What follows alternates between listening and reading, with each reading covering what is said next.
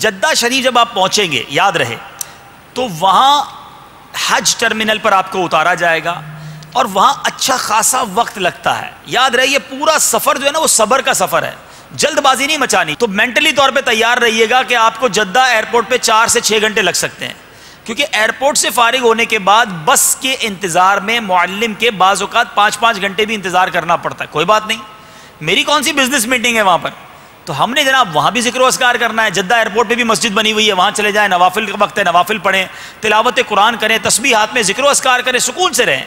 Tension نہیں لینا کہ ہماری بس کب آئے گی, اس کے لیے لڑائی ہو رہی ہوتی ہے, ابھی تک بس نہیں آئی, کب آئے گی, اس کی آ گئی, ہماری نہیں آئی. فضول باتوں سے بہتر ہے بندہ عبادت پہ وقت گزارے. میرا سفر تو شروع ہو چکا نا.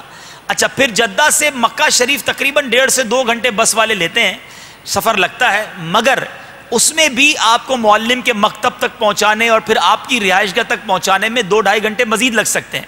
یعنی دوسرے لفظوں میں آپ یہ سمجھیں کہ پاکستان سے چلنے سے لے کر اپنے مکان پر, اپنی رہائش پر مکہ مکرمہ پہنچنے تک آپ کو 12 سے 16 گھنٹے بھی لگ سکتے ہیں.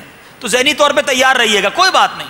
تسبیح ہاتھ میں ہو, رفیق الحرمین ہاتھ میں ہو, آپ کو ایسے لوگ ملیں گے یار دیکھو ابھی تک نہیں پہنچے, تھکا دیا, پریشان کر دیا, ان کی باتوں پر دھیان نہ دیں. رفیق الحرمین کھولیں, پڑھنا شروع کر دیں, مسائل سیکھیں, تسبیح لیں, ذکر اللہ کرنا شروع کر دیں, عبادت میں اپنا وقت گزاریں, ٹینشن میں نہیں آنا. ٹھیک ہے. اچھا, اب ایک اور غلطی جو حاجی کرتے ہیں, مکہ پاک سوچیں آپ, جو بندہ 16 گھنٹے 15 گھنٹے 14 گھنٹے سفر کر کے پہنچا ہے اس کی تھکن کیسی ہوگی. اب حاجی کہتا ہے میں نے ابھی عمرہ کرنا ہے. ابھی عمرہ نہ کریں. اس کی ایک بڑی وجہ کیا ہوتی ہے, اس کو احرام اتارنا ہے کہ بھائی عمرہ ہو جائے گا تو یہ احرام اتر جائے گا, میں فری ہو جاؤں گا. کس بات کی ٹینشن ہے؟ اگر آپ احرام سے ایزی ہو گئے تو اب آپ کو پرابلم نہیں ہونی چاہیے. اب کیا غلطی ہوتی ہے کہ اس تھکن کے عالم میں ہم نے دیکھا ہے کہ اگر یہ ابھی عمرہ کرنا ہے, اچھا بھائی اب کیا ہوگا جب عمرہ کرنے پہنچیں گے نا. اب کعبہ شریف کو ہم نے بڑا ارمان سے سوچا تھا کہ پہلا دیدار کریں گے تو رو رو کے دعا کریں گے, طواف کریں گے تو میں یہ دعائیں کروں گا, تو یوں گر گڑاؤں گا, تو یہ التجائیں کروں گا. اب جب جیسے حرم میں داخل ہو تو نیند آنا شروع ہو گئی. انسان تو ہے نا, تھکتے تو ہیں. اب طواف میں نیند آ رہی ہے, نہ عبادت میں دل لگ رہا ہے. اب دل چاہ رہا ہے کب یہ طواف ختم ہو, کب یہ صحیح ختم ہو, کب یار یہ عمرہ پورا ہوگا. اب اور اکتا ہٹ. تو یہ ہماری غلطی تھی. ہمیں کیا ضرورت تھی آج عمرہ کرنے کی, جلدی کس بات کی ہے, اب حج پر گئے ہوئے, ٹائم بہت ہے. تو اپنے مکان پر جا کر سو جائیں, بالکل سو جائیں, فریش ہو جائیں, اچھی نیند کریں, کھانا کھا لیں. کوئی بات نہیں اگر آدھے دن کے بعد 1 دن بعد عمرہ کریں گے, کوئی احرام ہی رہے گا نا.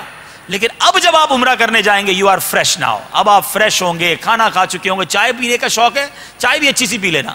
پھر دیکھیں جو آپ کی کعبے پر حاضری ہوگی نا, پھر جو آپ کا طواف ہوگا, پھر جو آپ کو عبادت میں مزہ آئے گا, وہ لطف آپ اٹھائیں گے جس کی تمنا کر کے گئے تھے. ورنہ تھکن کے عالم میں پہلی حاضری, تو یہ بالکل نہ کریں. اس میں ایک اور پرابلم یہ ہو جاتی ہے کہ جب بندہ تھکا ہوا ہوتا ہے نا تو بہت ساری باتوں کا خیال نہیں رکھ پاتا. ایسا بھی ہم نے دیکھا کہ بیچارے جلدی عمرہ کرنا ہے, نہ ہوٹل کا کارڈ لیا, نہ ہوٹل کا ایڈریس سمجھا, اب حرم شریف آئے واپسی کا راستہ ہی بھول گئے. اب لو آرام کر لو. اب وہ جو اس کا تھکن کا حال ہوگا آپ خود سوچیں. تو اس میں ایک اور کام یہ کریں کہ جب بھی مکہ پاک سے اپنے ہوٹل سے حرم کی طرف جائیں, حرم شریف کی طرف جائیں, ہوٹل کا کارڈ ضرور لیں. گھر کے 5 افراد ہیں, 5 کو کارڈ دے دیں. بچے ساتھ ہیں ان کو بھی جیب میں کارڈ رکھوا دیں. کوئی کھو جائے تو اس ہوٹل پر واپس تو آ سکے.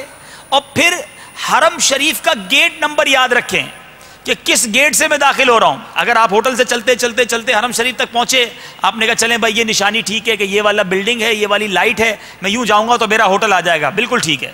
لیکن حرم شریف کے جب آپ اندر داخل ہو جائیں گے نا, اندر جا کر سارے دروازے ایک جیسے ہیں. مجھے یاد ہے ایک بزرگ خاتون ہمیں مکہ شریف میں ملی. میں ایک بار مکہ شریف میں جا رہا, وہ رو رہی زاروں قطار, لوگ جمع ہیں. اچھا ایک اور بڑا پرابلم یہ ہے کہ ہمارے لوگوں کو صرف ہماری زبان آتی ہے, اور خاص طور پہ گاؤں والوں کو گاؤں والی زبان آتی ہے, اردو بھی نہیں آتی. تو وہ پنجابی, پرانی پنجابی میں وہ جو ہے وہ عورت رو رہی اور کچھ کہہ رہی, بوڑھی خاتون تھی, سارے لوگ جمع, ان کو پنجابی نہیں آ رہی.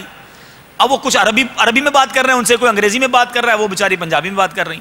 اچھا پھر اب جب میں ادھر پہنچا, میں نے کہا اماں جی فرمائیے کیا ہو گیا. تو وہ اپنی جو تھوڑی بہت مجھے سمجھ آئی, وہ کہتی ہے میں حرم آئی تھی تو میں کچھ نشانی کر کے آئی تھی, یہ جگہ ہی تبدیل ہو گئی ہے.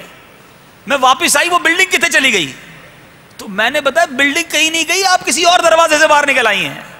اب مسئلہ یہ کہ آپ اگر کسی اور دروازے سے باہر نکلے تو سارا منظر ہی تبدیل ہو جائے گا.